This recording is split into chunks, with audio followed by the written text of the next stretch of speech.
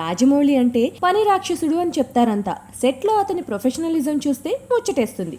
అయితే సెట్లో ఎవరైనా క్రమశిక్షణ పాటించకపోతే మాత్రం రాజమౌళి భరించలేడట. ఆఖరికి బాహుబలి సెట్లో అనుష్కని కూడా రాజమౌళి చీవాట్లు పెట్టాడట. బాహుబలి సెట్లోనే ఈ సంఘటన జరిగింది. ఈ విషయాన్ని స్వయంగా అనుష్కే చెప్పింది. బాహుబలిలో యుద్ధానికి సంబంధించిన సీన్స్ ని తెరకెక్కిస్తున్నప్పుడు అనుష్క తెగ నవ్వేసేదట. కేవలం అనుష్క కారణంగానే ఆ సీన్స్ ని మళ్లీ రీటేక్ చేయాల్సి వచ్చేదట.